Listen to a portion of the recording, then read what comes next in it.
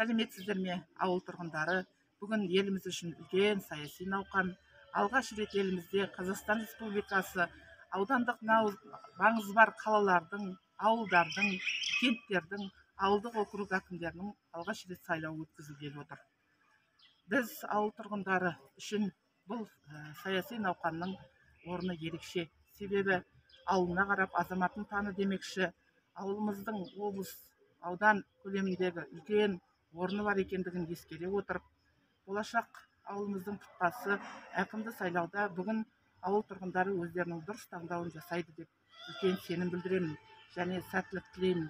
Себебі ауылымыз облыстағы, аудандағы экономикалық жағынан, әлеуметтік жағынан, мәдени жағынан дамып келе жатқан бірден бір ауылдардың бірі. Сондықтан болашақ ауылымыздың даму үшін, өркендеу үшін болашақ сайланатын әкімнің алдында да үлкен жауапкершілікпен сенім тұр деп ойлаймын. Халық өзінің дұрыс таңдауын жасайды деп ойлаймын.